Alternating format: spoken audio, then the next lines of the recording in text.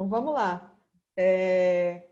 Acho que inicialmente eu também gostaria de agradecer a participação de todos aqui e agradecer também ao Capítulo Brasília e Rio de Janeiro pela oportunidade de nos juntarmos nessa tarde de hoje para a gente discutir um pouco sobre um tema que é tão importante, né? Na verdade, um tema que também foi requisitado pela própria audiência no nosso último encontro, né? Falar sobre a saúde mental.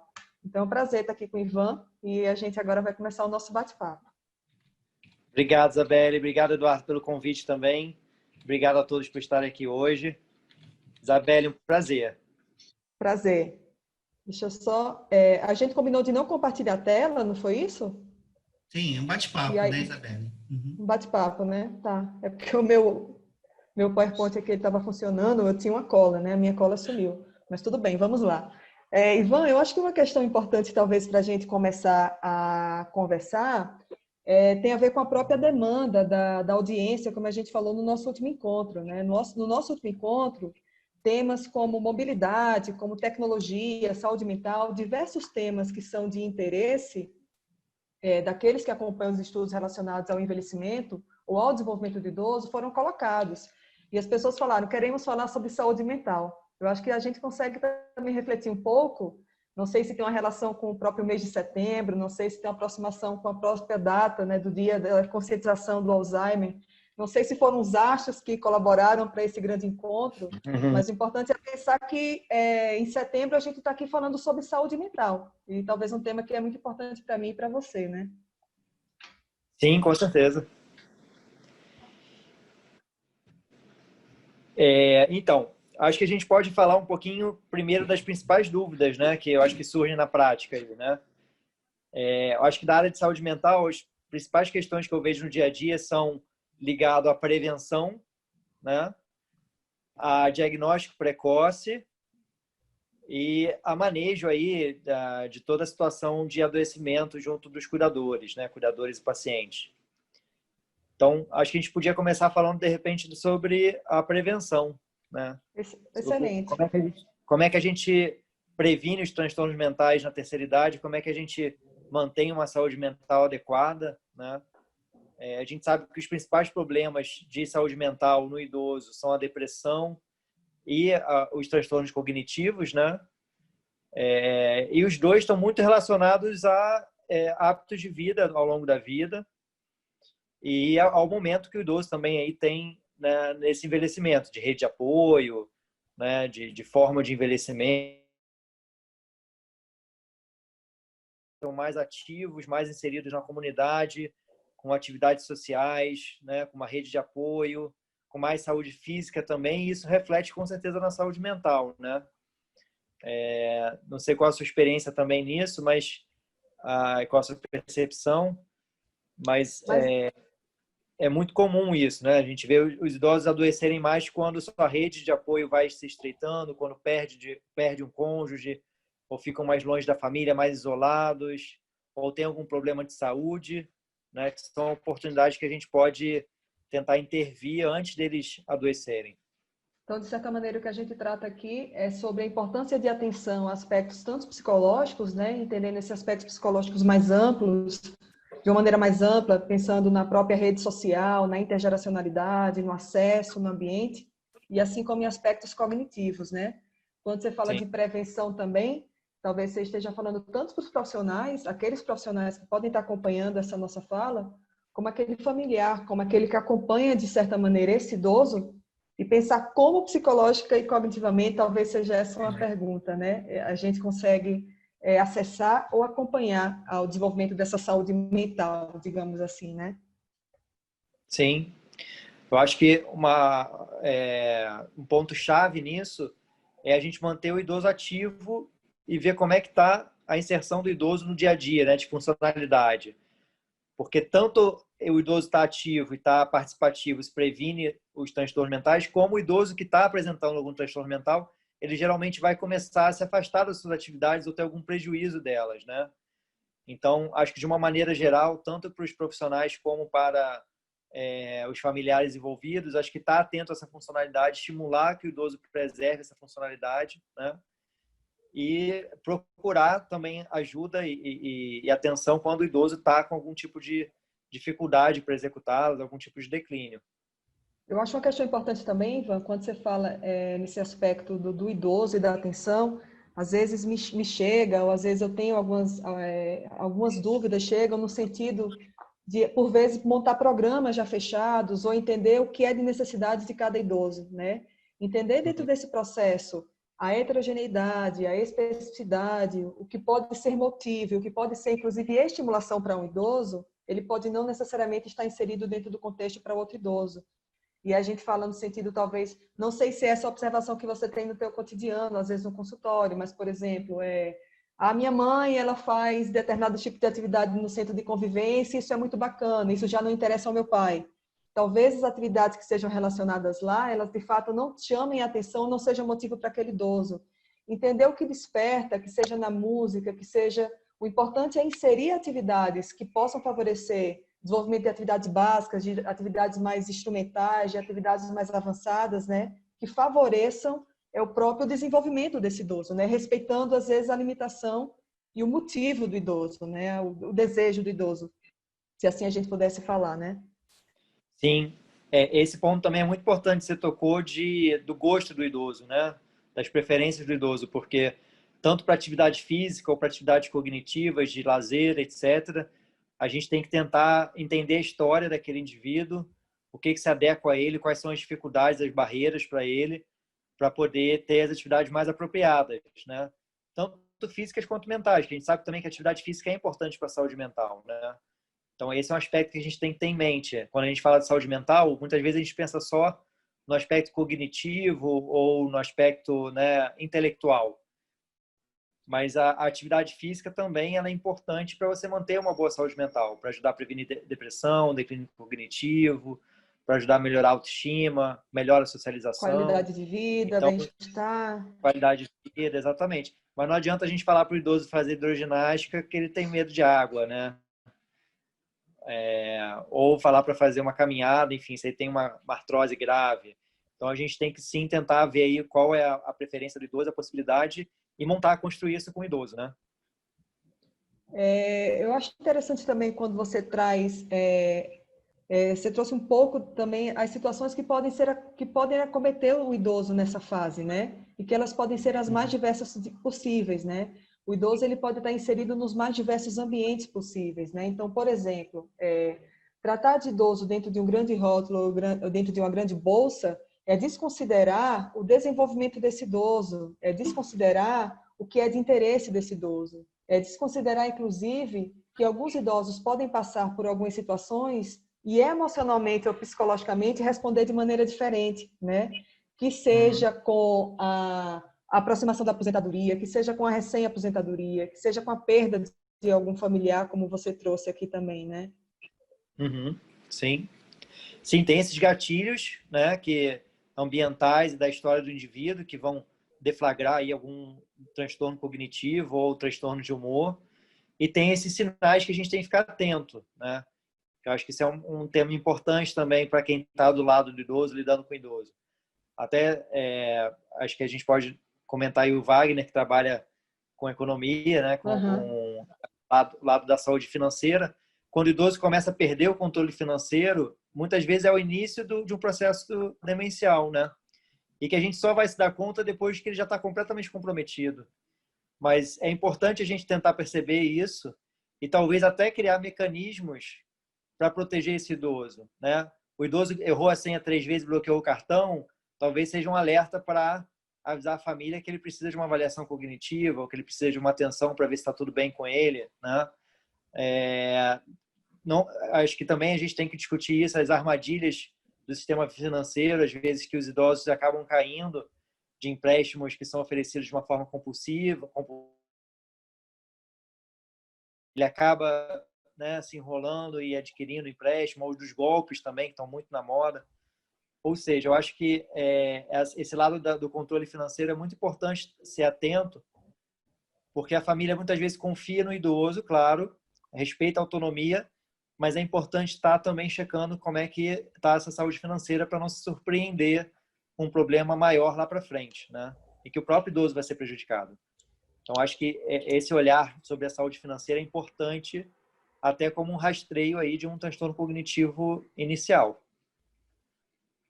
Então, acho que a gente abarcou esse primeiro ponto que você traz como sendo prevenção, né? Acho que de estar atento psicologicamente, cognitivamente, da proximidade da família nesse sentido, de alguns sinais, você trouxe alguns aqui, o sinal financeiro, um sinal emocional também, um idoso que fica bastante apático, que não tem interesse por algumas relações ou estabelecimento dentro de algumas redes, se coloca bastante ansioso dentro de algumas situações. E claro que a gente está falando aqui também para pessoas que estão acompanhando esses idosos e que, como eu vou medir a atenção desse meu idoso, né, do meu pai, do meu avô, do meu familiar? Como eu vou falar sobre aspectos cognitivos? Como eu vou refletir sobre tomada de decisão e outras questões mais específicas, digamos assim, da área médica, né, nesse sentido, né? Mas aí você traz pequenas indicações, né, no dia a dia que acompanhando por vezes o cuidado financeiro, o cuidado com a própria vestimenta, o cuidado com sua própria higiene, são pequenos A sinais que a gente não inserção, deve desconsiderar, né? sim, e a própria inserção e desempenho nas atividades que ele gosta, né? O idoso que começa a não frequentar ali um grupo de amigos ou a não fazer uma atividade que antes ele gostava, pode ser sinal de depressão, pode ser sinal de que não está conseguindo acompanhar, né? Cognitivamente também. Então, são sinais de a gente perceber que alguma coisa está errada, né? Uma outra coisa importante que a gente não comentou é o cuidado da saúde como um todo, assim, né? Que a gente sabe que controle de hipertensão, controle de diabetes, interrupção de tabagismo são muito importantes para a saúde mental do idoso, porque isso tem grande impacto em depressão e grande impacto em declínio cognitivo, né? Cognitivo.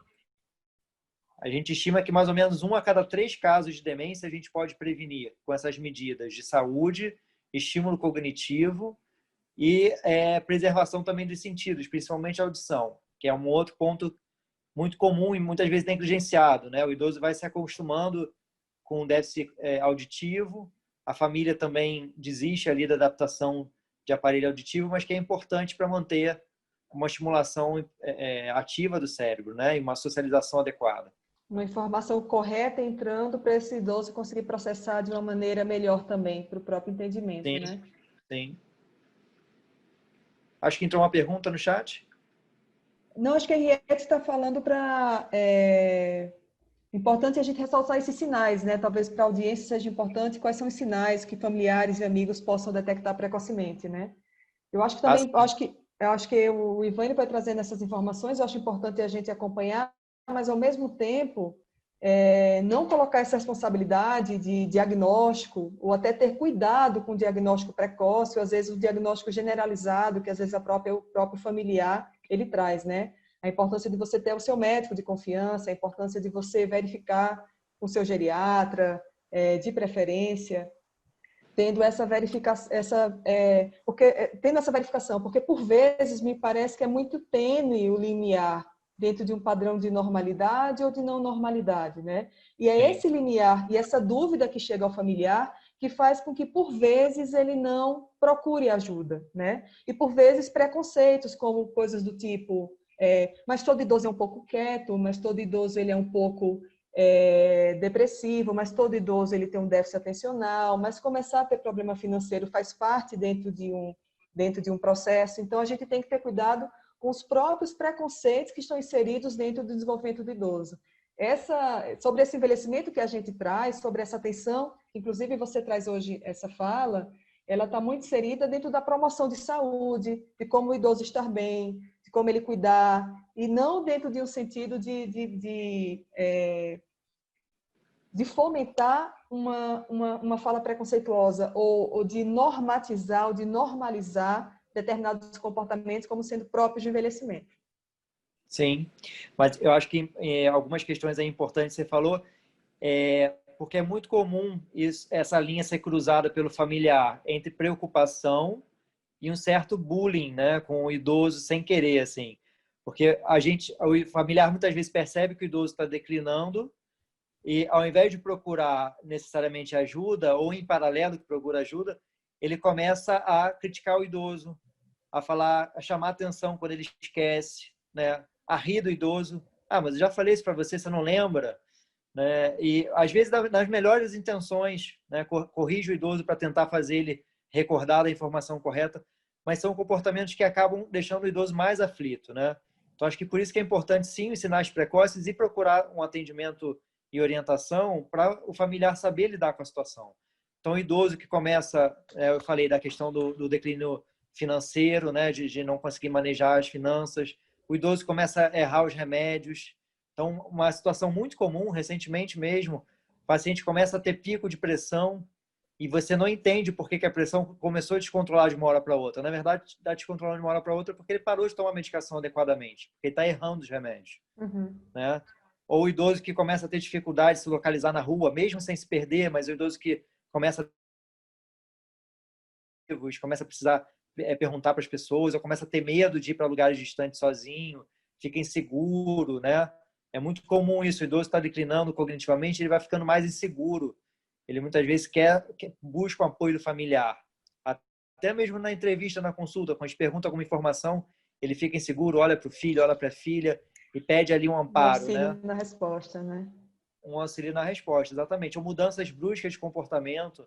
Uma pessoa que sempre foi muito gentil ou foi muito comedida começa a ficar mais desinibida, mais agressiva ou mais perdulária.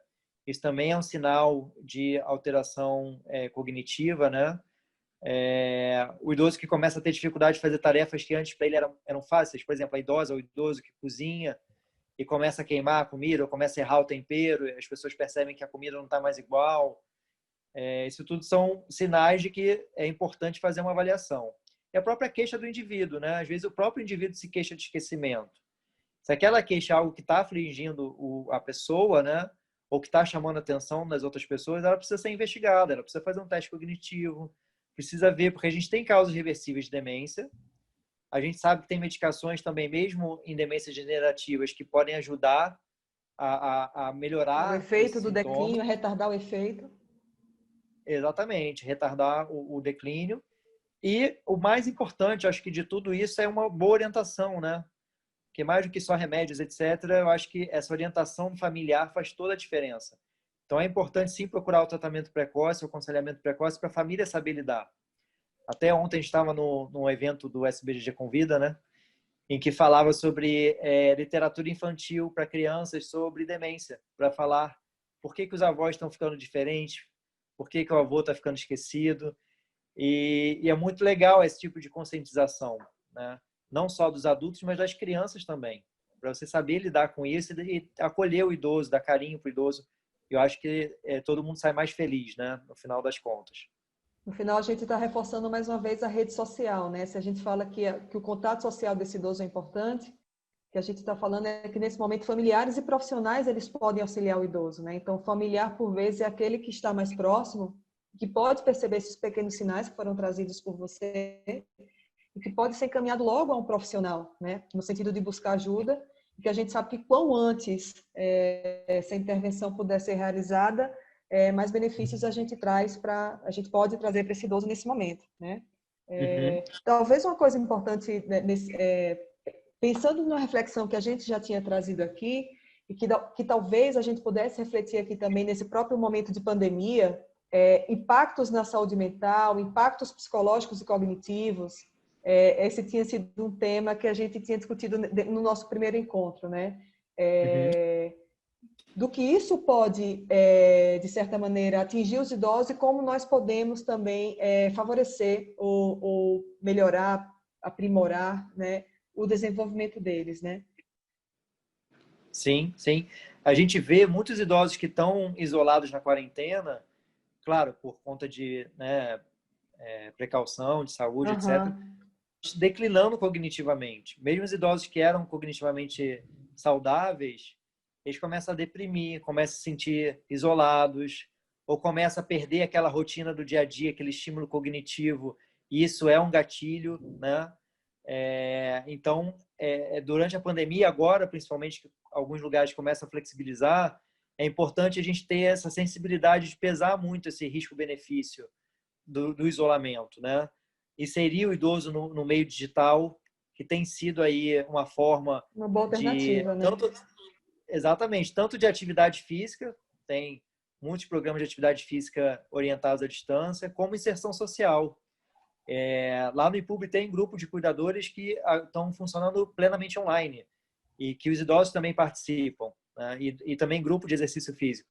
Ou seja, eu acho que a tecnologia ela pode ajudar também durante esse isolamento, e isso acho que vai ser uma herança depois, uma herança positiva da pandemia, de poder socializar os idosos que têm dificuldade de integração social, seja por uma artrose grave de joelho que não consegue andar, seja porque mora numa comunidade que é de difícil acesso e que não consegue sair, seja porque perdeu, né, os seus contatos familiares e os amigos mais próximos e pode fazer outras redes. Então, acho que essa inserção online é um campo importante para o idoso agora.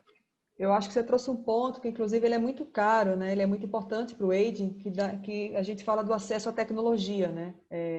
O aging ele tem uma preocupação muito clara, que é de como trazer benefícios para esse idoso na sua vida diária, né? De como se poder fomentar. Eu acho que todos essa descrição que o Wagner trouxe no início de países, cidades, colaboradores e voluntários que estão inseridos, todas essas pessoas estão inseridas dentro de uma promoção de qualidade de vida para o idoso. E aí você trouxe um ponto que é primordial, que possivelmente por esse aspecto de isolamento, e muito difícil, porque somos seres sociais, somos seres que vivemos em rede, a gente teve que se reorganizar. Então, você trouxe exemplos, como muitos outros podem ser dados também, de grupos que acompanham idosos, de tecnologia, de grupos de cuidadores, de próprias intervenções dentro das ILPIs, de instituições de longa permanência. Penso também aqui na Universidade de Brasília, a Unicer, que é a Universidade da Maturidade, as atividades não foram suspensas, eles continuam por um canal no Facebook, os idosos foram capacitados como entrar no Facebook, como ligar sua câmera, como tiveram aulas sobre WhatsApp, sobre... E nisso eles estão desenvolvendo um novo aprendizado. E é um campo para a gente que, inclusive, é importante porque a gente está falando sobre desenvolvimento, sobre aprendizado, sobre um momento que é difícil, mas que, ao mesmo tempo, está nos permitindo entender um pouco mais sobre esse aspecto e como fomentar a tecnologia para esse idoso, ou entender quais são as necessidades que esses idosos têm em termos tecnológicos, aprendizado para o idoso, né? Que bem a gente entende o quão isso é importante nessa fase, né?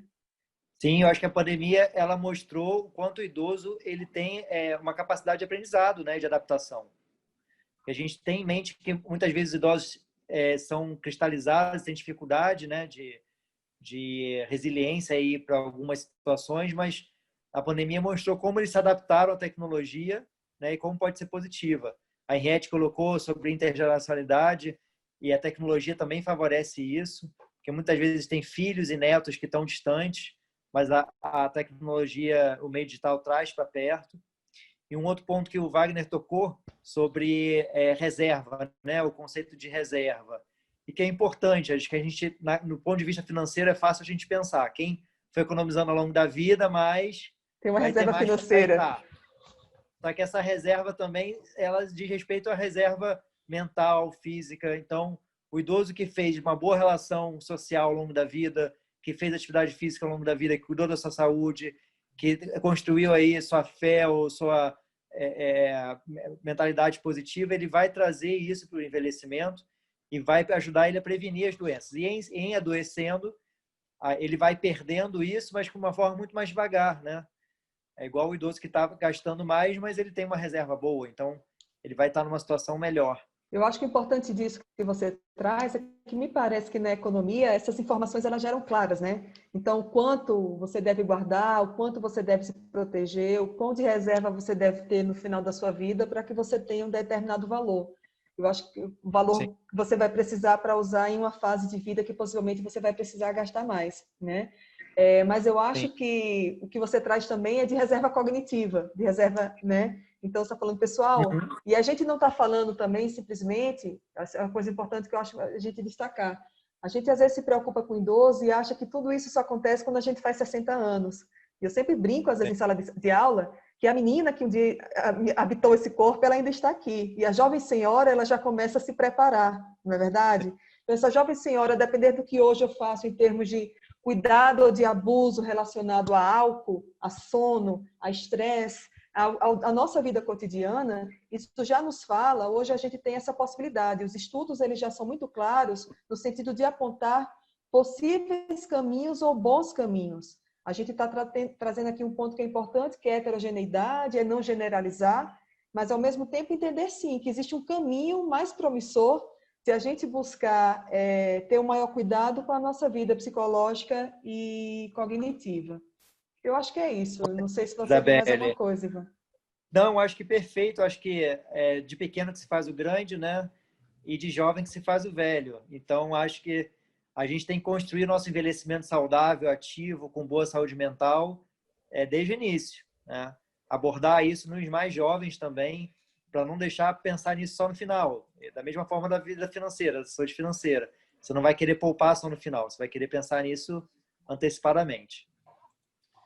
Ok, pessoal. Obrigado, Ivan. Obrigado, Isabelle. Nossa primeira rodada aqui de bate-papo. Deixa no oxigênio algumas coisas ainda que estavam pendentes. Pessoal, eu vou colocar vocês em duplas ou em trios, tá? Para vocês trazerem agora quais são aquelas perguntas ou ideias que surgem e que ainda vocês gostariam de ouvir os nossos palestrantes falarem, tá? Estou colocando no chat aqui as orientações. Então, vocês vão ficar por 4 minutos aproximadamente para conversar sobre tudo que vocês ouviram e vão elaborar uma ou duas perguntas cada grupo. E no retorno, vocês postam no chat. E aí, os nossos especialistas vão escolher e algumas vão responder. E os especialistas eu vou levar para a sala do café, tá? Então, Ivan e Isabelle vão para a sala do café junto com os nossos embaixadores. E Wagner, que vocês podem estar conversando lá. O café está Enquanto o grupo... quente? tá quente, tá quente. Está quentinho? Então tá Tem pão de ótimo. queijo, tem pão de queijo. Enquanto os nossos convidados elaboram as perguntas, tá? Então, 4 minutos e até daqui a pouco. Pessoal, montem as perguntas. As orientações estão no chat. Até daqui a pouco. Voltamos! Voltamos! Bem-vindas! Um representante de cada grupo podia ir colocando no chat aquelas perguntas que vocês gostariam que o Peixes fizessem. E aí, Ivan e Isabelle, mais uns 15 minutos aí para vocês escolherem algumas perguntas, tá? Que podem já ter sido feitas ou que estão feitas agora, tá? Para vocês compartilharem. Então, a palavra é com vocês. Pessoal, aproveitem os peixes aí, coloquem as perguntas. A Mônica é a nossa representante. Estou colocando. Então, tá. Beto, eu vou botar a primeira, você bota a segunda, é isso? Sim, por favor. Então, vamos fechar os microfones e o microfone agora é dos nossos peixes novamente. Ivan, fica à vontade aí, tá, Isabelle? Ivan, acho que já tem uma pergunta aqui interessante, né? Acho que é discutir sobre os aspectos genéticos e ambientais, né? Até que ponto já estamos pré-determinados para algum desenvolvimento psicológico, cognitivo, ou até biológico, né? Deixa eu ver só se o Ivan está aqui, ele não está no meu campo de visão. Ah, ele está aqui. Sobre aspectos genéticos na saúde mental, né? Se isso existe, como fazer com reserva cognitiva. Vou deixar o doutor começar a responder. Seu microfone está fechado, Ivan. Desculpa, estão me ouvindo? Agora sim. Essa é uma excelente pergunta. Saiu um estudo ano passado que fez exatamente essa mesma pergunta com um banco de dados em inglês, né, o Biobank do Reino Unido, e eles acompanharam pessoas que tinham vários genes relacionados a risco de Alzheimer e colocaram em grupos diferentes, pessoas que tinham alto risco genético, moderado ou baixo, e misturaram isso de acordo com o estilo de vida. E qual foi a conclusão? Se você tem um baixo risco genético, mas um estilo de vida muito desregrado, né, muito deletério, você se equipara a quem tem um risco genético alto.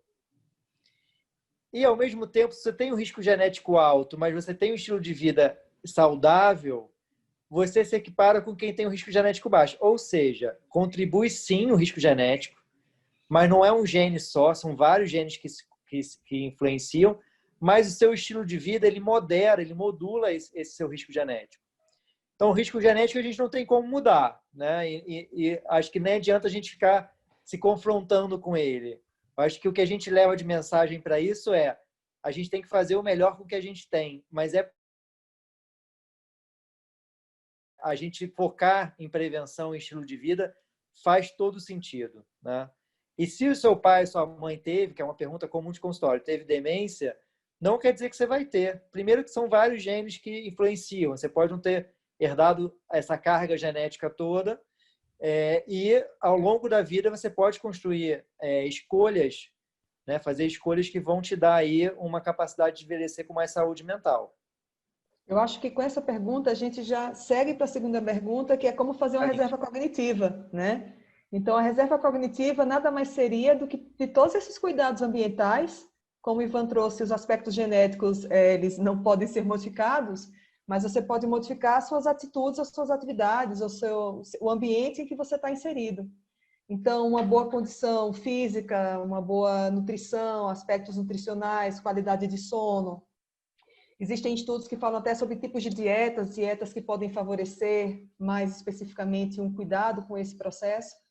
Então, a reserva cognitiva está muito inserida dentro do cuidado físico, cognitivo e psicológico que você tem no decorrer de toda essa vida, né? Sim, eu acho que o que você falou é importante sobre aspecto de saúde como um todo. A gente sabe que tudo que é bom para o coração, de uma forma geral, é bom para o cérebro, porque o cérebro tem a sua circulação. Se você tem uma circulação ruim para o cérebro, todo o resto vai ser ruim, né? Mas também a questão da estimulação cognitiva. Então, as pessoas que ao longo da vida se preocupam em se desenvolver intelectualmente, de ter sempre desafios, estar sempre, né, crescendo intelectualmente, isso também é uma bagagem que você leva para o envelhecimento, né? Então, aprender novas línguas, aprender novas habilidades, isso coloca você com uma cognição melhor para o envelhecimento. Protege mais esse cérebro quando ele começa a declinar, né? Com certeza. O Beto traz uma pergunta aqui relacionada ao próprio preconceito em relação à saúde mental, né? Esse é um tema que a gente tem trazido aqui também. Por vezes, nos parece que falar sobre saúde mental, ou por vezes pode parecer para o próprio idoso ou para o próprio familiar, procurar um geriatra, procurar um neurologista, cuidar da atenção mental, aspectos de depressão, medicamento, ainda existe um preconceito muito, nem é velado, na verdade, por vezes ele é desvelado, né? Relacionado a essa saúde mental. Você observa isso por vezes em consultório? Isso é uma discussão que acontece também dentro do teu espaço? Com certeza, Isabelle. Primeiro que eu acho que esse preconceito vem muito do medo da própria pessoa, do seu envelhecimento, como é que vai ser, e de não querer lidar com isso, né? As pessoas tendem a não querer lidar, principalmente na cultura ocidental, com pensar em seu declínio, o seu envelhecimento, as suas limitações. Só que eu acho que tem duas palavras-chave aí. Uma é empatia, a gente promover ações de empatia em que você possa entender a situação do idoso, se colocar no lugar dele, né? Por isso que eu falei da questão da literatura infantil, que eu acho fantástico, da criança já fazer esse exercício de se colocar no lugar do seu avô. E a outra questão, que eu acho que é a pergunta seguinte, é sobre intergeracionalidade, em que se você tem atividades que misturam gerações diferentes, você diminui o preconceito, você melhora o convívio, né? Você quebra estigmas e você estimula todo mundo, porque o idoso vai trazer um pouco dessa sabedoria para o jovem construir um envelhecimento melhor, e o jovem vai trazer aí uma novidade, uma dinâmica, uma energia que para o idoso é importante também. Então, acho que promover atividades que a gente tenha gerações diferentes, e por isso que atividades voltadas para a terceira idade, a gente tem que ter muito cuidado com isso, né? Para a gente não criar só nichos ou guetos em que os idosos só convivam entre si. Eles têm que conviver entre si, eles têm que criar oportunidades de interação, de diálogo, mas tem que criar essas oportunidades também com as outras gerações, né? Às vezes o que me preocupa também muito com esses grupos bastante específicos é, por vezes, um cuidado exagerado, uma infantilização, um descrédito, um não... eu acho que voltamos à palavra que você trouxe no início da sua fala, que é a empatia, né? Uma não atenção, de fato, ao que aquele idoso está trazendo, ao que ele sente naquele momento, né? Uma coisa também que, por vezes, eu já trabalhei também com aspectos psicopedagógicos do envelhecimento, intervenções educativas no envelhecimento. Isso é muito interessante. A gente verifica muito que, quanto mais esse idoso ele é fomentado de informação, por exemplo, se o idoso tem um problema cardiovascular, ele vai procurar o seu médico. Se ele tem um problema de pele, ele tem exatamente o médico. Entender que a saúde mental ela faz parte de um construto geral dessa saúde também, né? Entender dessa necessidade que, por vezes, talvez, possivelmente, por sermos um país que tão precocemente estamos atingindo maiores expectativas, temos uma menor quantidade de idosos, esses estudos ainda mais recentes, me parece, por vezes, que a própria sociedade ela ainda é reticente por não saber como lidar com essa situação. O idoso dentro do espaço da saúde, o idoso dentro do espaço da educação, é tudo bastante recente e, nesse sentido, preconceitos ou conceitos anteriores que dizem sobre isso podem ser fomentados. Sim, e até linkando com a pergunta seguinte sobre como orientar, né, as famílias com um recurso financeiro mais restrito. Na verdade, acho que, primeiro, a gente, ao longo da mudança da sociedade, a gente foi perdendo um pouco a unidade da família tradicional, né? No sentido das gerações, dos encontros formais, dos avós com os filhos, com os netos. Mas, ao mesmo tempo, a gente pode criar oportunidades disso. Então, acho que as famílias com pouco recurso, né, que não vai ter recurso para fazer uma estimulação cognitiva, ou não vai ter recurso para fazer uma atividade física necessariamente, né, numa academia, etc. Você pode criar a oportunidade do idoso estar inserido com a família, né? Você ter ali as crianças mais jovens também interagindo e você tentar estimular atividades do dia a dia. Então, você não atropelar o idoso limitando ele, né, precocemente. Então, o idoso tem um declínio cognitivo, ele precisa de auxílio para fazer alguma tarefa, ele vai ter auxílio, ele não vai ter substituição. Então, você pode, com o idoso, junto com ele, fazer a questão do controle financeiro, mostrar, dar algum cartão para ele com um limite baixo, para ele não ter algum problema maior financeiro, mas ainda está ativo, inserido. Né? Ter mecanismos aí de localização para o idoso não deixar de sair de casa, mas estar ali rastreável para ele não se perder. Então, é você criar oportunidades para o idoso se manter ativo. Se ele não está conseguindo cozinhar sozinho, cozinha junto. Alguém ingressou. Não precisa cozinhar para o idoso. Você pode estar ali junto com ele, né? Lembrando dele, para ele, assim, as etapas, ou inserindo ele para fazer etapas junto. Então, acho que isso é importante, assim, você integrar o idoso no dia a dia.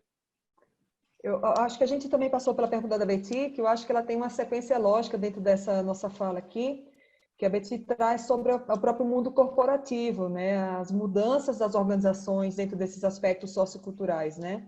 Então, me parece que isso que a gente traz agora, essa fala que a gente traz agora, relacionado ao próprio idoso, relacionado à família, relacionado à intergeracionalidade, relacionado a preconceitos anteriores que podem existir, claro, óbvio, infelizmente, essa concepção ela chega até as organizações, né? Então, de maneira era um bate-papo que eu também estava tendo com a Betty no momento em que a gente pôde se encontrar dentro do grupo, mas de pensar que as organizações, por vezes, elas podem ser preconceituosas ou, por vezes, elas podem parar o próprio desenvolvimento do idoso na organização por um aspecto simplesmente que é por idade, né? Entendendo que esse idoso, psicologicamente ou cognitivamente, ele pode ou poderia não mais responder, né? Eu acho que essa é uma mudança que a gente ainda precisa trabalhar muito dentro desse aspecto, mas de um próprio entendimento que por vezes, desenvolvimento cognitivo ou psicológico, claro que existe uma relação, mas não é uma relação direta nem simples que fala sobre desempenho, por exemplo, de um sujeito dentro de uma organização, né? A gente pode ter pessoas com 40 e com 50 anos que venham a dar mais trabalho dentro de uma organização, ou que não cumpram as suas metas, ou que não sigam dentro dos seus horários, ou entendendo dentro da própria semântica, ou da memória, ou da história de vida do idoso dessa organização, o quanto ele não consegue contribuir para essa organização. Sim. Né? Com certeza. O que a gente tem, muitas vezes, hospitais universitários, por exemplo, né, em faculdade, em que o idoso ele é professor, ou ele tinha alguma atividade ali de destaque, mas ele pode preservar algum papel, né, no debate, na participação das discussões de caso clínico, por exemplo, entre os médicos, não necessariamente com a mesma função que ele tinha antes, mas uma função diferente em que ele também esteja desempenhando, né? E eu acho que essa questão do estímulo à autonomia e independência é fundamental. De você estimular o idoso a manter uma autonomia e você conseguir adaptar isso para ele manter, né, se preservar. E que no desenvolvimento há também ganhos cognitivos, né, Ivan? Me parece que, por vezes, as pessoas entendem que no envelhecimento sempre há apenas declínio. Alguns estudos eles são muito claros dentro da própria memória, que alguns aspectos da memória eles se desenvolvem, eles podem até se aprimorar. Claro que algumas memórias elas podem ser declinadas, que o aspecto atencional, por exemplo, pode ser declinado, mas o meu, próximo aos 40 anos de idade, já começa a se declinar. Então, que não é algo próximo apenas ao envelhecimento. Acho que essa é uma fala que ela é muito importante, né? Para a gente não marcar como sendo os 60 ou 60 anos mais, onde você vai ter um limite, onde você tem um declínio e onde o sujeito não consegue mais aprender, logo ele deve ser reorganizado ou remanejado dentro dessa organização. Sim, até porque o envelhecimento é heterogêneo, né? A gente tem indivíduos de 80, 90 anos que estão super plenos de saúde física e mental, e indivíduos de 60, 70 anos que estão mais comprometidos. Então, com certeza, a gente não rotular pela idade, acho que é fundamental. Cronologicamente, porque existem os super-agers, né? Eu já conheci alguns super-agers, já pude fazer estudo com esse público, né? Sim, sim. Tem uma paciente de 96 anos, cognitivamente ótima. Melhor do que a filha, né? Exatamente. No grupo Neurocog 12, eu tinha um grupo que eu acompanhei idosa aqui no Distrito Federal por 2 anos, e tinha uma senhora com 87 anos de idade e a filha dela com 65. Ela era melhor do que a filha cognitivamente. Sim. Então, se a gente for simplesmente por aspectos cronológicos, fica bastante reducionista essa nossa fala. Sim, o Wagner coloca sobre o aprendizado de isolamento social imposto pela Covid-19 em relação à saúde mental dos idosos, né? Acho que o principal aprendizado para mim, os dois principais são: o idoso também é um ser social, ele é muito influenciado por esse isolamento. E eu acho que para a gente isso estimula a empatia, porque nós ficamos isolados também, sentimos na pele o impacto que o isolamento pode fazer. E o aprendizado, como eu já falei, sobre a importância da inserção do meio digital, né? Como isso pode abrir aí novos caminhos para ajudar a quebrar essas barreiras aí de socialização. Eu acho que é isso. Eu também acho que está bem contemplado. Acho que a gente consegue finalizar essa... Acho que está tudo certo agora, Nomura. Falando que já nos aproximamos dos minutos finais. Eu também concordo que eu acho que esses são os grandes aprendizados, né? Sigo com o relator. Última mensagem, Isabelle e Ivan, uma última mensagem aí para o pessoal. Eu acho que o Ivan, ele terminou a fala dele de uma maneira muito coerente. Eu concordo diretamente com a contribuição que ele traz no final. O isolamento social só nos reforça o quão sociais somos, né? O quão necessitamos do outro, o quão necessitamos interagir. Se o Ivan também trouxe essa fala e foi discutido aqui, que para além de aspectos genéticos, o que importa é como a gente estimula o nosso ambiente, ou quão o nosso ambiente ele é estimulado, a gente pode, inclusive, se utilizar de um espaço como esse, hoje, para estarmos aqui para aprender, para nos desenvolvermos, para refletirmos e para pensarmos em atuações. Eu acho que também, de fato, esse momento, ele nos apresentou a tecnologia de uma maneira que a gente não consegue retornar. Agora a gente vai ter que avançar. Sim. Eu acho que eu encerraria dizendo um pouco sobre não vamos pensar em nós e eles, né? Nós jovens, eles idosos. O idoso é a gente no futuro, né?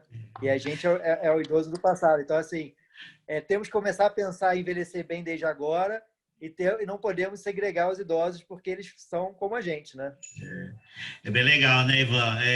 Se jovem você é hoje, idoso você será daqui uns dias, né? Então, exatamente. Então, eu queria agradecer aos nossos peixes, aos nossos palestrantes. Nosso muito obrigado, Isabelle e Ivan, né? E eu conto com vocês para a atividade de fechamento agora, tá?